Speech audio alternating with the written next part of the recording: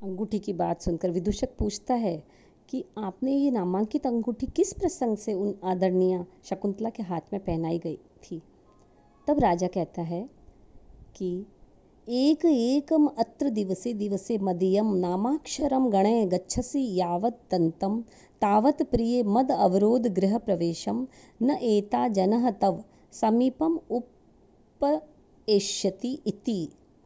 अर्थात मैंने उसे यह अंगूठी इसलिए पहनाई थी, यह कहकर पहनाई थी कि हे शकुंतले, हे प्रिय, अत्र इस अंगूठी पर दिवसे दिवसे अर्थात प्रतिदिन मदीयम नामाक्षरम मेरे नाम के अक्षर को गणय गिनना, यावत तब तक, अंतम गच्छसि तुम इस पर समाप्ति तक पहुंचोगी, तावत तब तक मत अवरोध गृह मेरे अंतपुर नेता जनः प्रवेश के लिए ले जाना वाला व्यक्ति तव समीपम तुम्हारे पास में उपेष्यति अर्थात पहुंच जाएगा।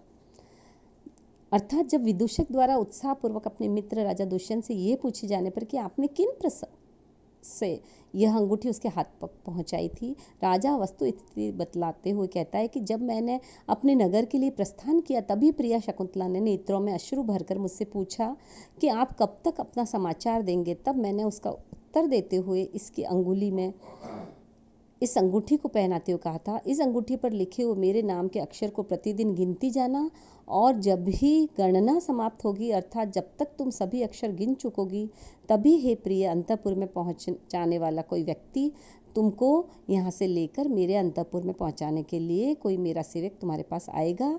और यही मैंने उत्तर दिया था। अर्थात राजा का कहने का मतलब ये था कि मैं तुम्हारे को 5-7 दिन के बाद ही लेने के लिए भेज दूंगा। वसंत तिल का छंद में उन्होंने अपनी ये बात कही और दिवसे दिवसे में हम देख सकते हैं कि प्रतिदिनम जो हमारा अव्ययी भाव समास है और नेता शब्द जो है नी धातु त्रिच प्रत्यय से बना है। उसी अंगूठी को फिर से देखकर वो कहता है कि अरे तुम तो निर्जीव हो, मेरे जैसे सजीव प्राणी ने भी तो उसको देखते हुए भी तिरस्कृत कर दिया, तो तुम्हारी तो इसमें क्या ही दोष। 13वें श्लोक में वो फिर कहते हैं अंगूठी को देखकर, कथम नु तम बंधुर कोमल अंगुलिम करम विहायसी निमग्नम अंभसी अचेतनम नाम गुणम न लक्ष्यते मया एव कस्माद अवधीरिता प्रिया। कि जब मैंने अपने बंधुर कोमल अंगुलिम तम करम विहाय कथम नु अंबसी निमग्नम असी, अर्थात सुंदर और कोमल अंगुलियों वाले हाथ को छोड़कर आप कैसे जल में, अंबसी अर्थात जल में सप्तमी भक्ति है, निमग्नम असी डूब गई थी। अचेतनम ना, भले ही अचेतन वस्तु, गुणम न लक्षित, गुण को नहीं देखे, लेकिन मेरे जैसा व्यक्ति, मया एव कस्मात प्रिय अवधीरिता, तो मेरे जैसे व्यक्ति ने जो चेतन मन वाला है अपनी शकुंतला का कैसे तिरस्कार किया था। यह सोच सोच कर उसके सारे गुणों को देख देख कर भी मैं सचेतन था, फिर भी मैंने घर आई लक्ष्मी को ठुकरा दिया। तो अतः वास्तव में दोष तो मेरा ही है, ना कि इस अंगूठी का। तो कहने का मतलब ये है कि राजा द्वारा अंगूठी को ये उपलम देना स्वाभाविक है, क्योंकि व्यक्ति जब कामार्थ होते तो उन्हें अचेतन चेतन का ध्यान ही नहीं रहता। और महाकवि कालिदास ने तो मेघदूत नामक खंड काव्य में प्रयुक्त ये सूक्ति इस संदर्भ में उल्लेखनीय, उन्होंने पूरे ही अचेतन उस मेघ के द्वारा यक्ष की अक्षिणी को संदेश भिजवा दिया। बहुत सुंदर उनकी यह कल्पना।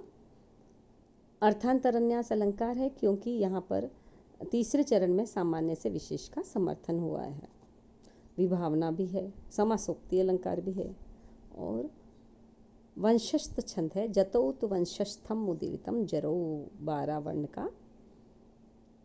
व्याकरणात्मक टिप्पणी में आप अवधीरिता शब्द लिख सकते हो। अव उपसर्ग, धीर धातु, त प्रत्यय, टाप भी है। तथा उपालप्स्यते, उपालप्स्ये, उप आ लप धातु लृट लकार। राजा भिन्न भिन्न प्रकार से शकुंतला को याद करते हैं और वो उसी समय एक चित्रफलक पर शकुंतला के चित्र को अत्यधिक प्रेम के साथ देखते हुए विदूषक से कहते हैं कि हे मित्र, साक्षात प्रियाम उपगताम अपहाय पूर्वम चित्रा अर्पिता पुनः इमाम बहुमन्यमानः श्रोतो वहां पथि निकाम जलाम अतित्य जातः सखे प्रणयवान मृग तृष्णिकायाम। अन्वय है कि हे सखे, पूर्वम साक्षात उपगताम प्रियाम अपहाय पुनः चित्रार्पिताम इमाम बहुमन्यमानः पथि निकाम जलाम श्रोतो वहाम अतिथ्य मृग तृष्णिकायाम प्रणयवान जातः। कि हे मित्र, हे माधव्य, यहाँ पर विदूषक का नाम माधव्य है। ये आपको छोटे प्रश्नों में पूछा जा सकता है कि हे माधव्य, साक्षात उपगतम प्रियाम, जब प्रत्यक्ष रूप से मेरी शकुंतला मेरे समीप आई थी, उसको अपहाय त्याग कर पुनः, अपहाय अप उपसर्ग है, हा धातु और ल्यप प्रत्यय, पुनः अब इस समय चित्रा अर्पिताम इमाम, ये जो चित्र लिखित इस शकुंतला को बहुमन्य मानह, अत्यधिक आदर देता हुआ, पथि यानी मार्ग में, निकाम जलाम, पूर्णतया जल से भरी हुई, श्रोतो वहाम, नदी को प्रतित्य पार करके, मृग तृष्णिकायाम अर्थात मरुमरीचिका में, प्रणयवान जातः, प्रेम करने वाला हो गया हूँ। कि मेरी दशा तो देखो तुम, कि अभी इस चित्रफलक को देखकर तो मैं इसको सम्मान दे रहा हूँ, इससे प्रेम कर रहा हूँ, और जब वो वास्तव में मेरी प्रिया मेरे समीप आई थी तब मैंने उसका परित्याग कर दिया।